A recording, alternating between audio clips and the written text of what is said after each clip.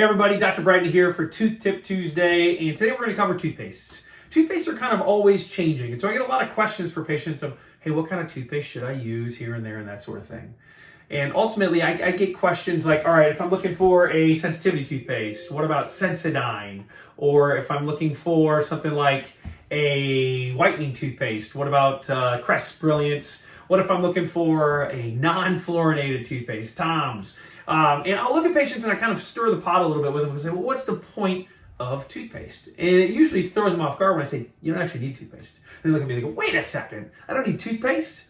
And the answer is no.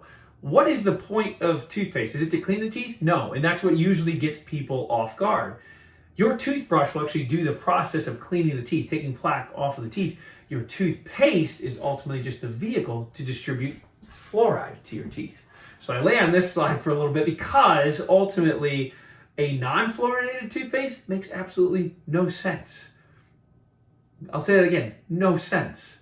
If you want to do it for, freshening your breath, go get some gum or use some mouth rinse. But when it comes to toothpaste for actually fighting cavities, no, there's no reason this meets the functionality of toothpaste.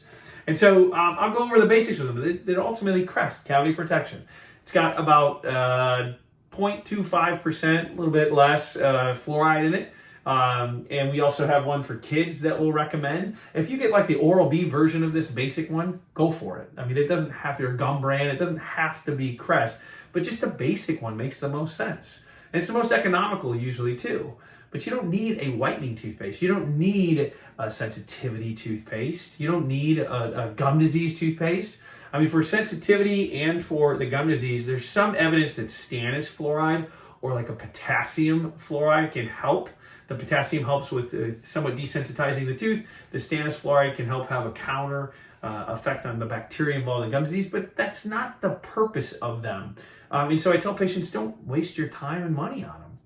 Now, there's prescription toothpaste, and ultimately, we have patients that have dry mouth. We have patients that have old fillings. We have patients that are on medications. We have patients that ultimately have root exposures. There's a myriad of things that can increase your risk for cavities, and that's why we then prescribe a prescription level toothpaste. Now, this has about 1.1% fluoride in it. So ultimately, about 4 to 5 times as much as that basic fluorinated toothpaste. And so we have these in the office. We have different brands of them or different versions of them. Here we've got things like the All Day that has about a 40% xylitol base to it, which is also found to kill the bacteria that causes cavities, but also gives it a little bit of a taste.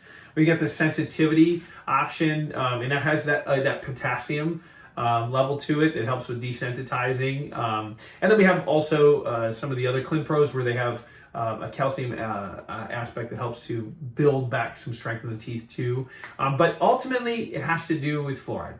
That is why we use, and that's the function behind why we actually will utilize our toothpaste. So if you're wondering, hey, what kind of toothpaste should I use? Go back to the basics. Go back to the fundamentals. But if you have questions, please reach out. Hope you found this helpful. If you want to share this with someone, please do so. But I hope you have a great rest of your Tuesday and a great rest of your week. Thanks for tuning in.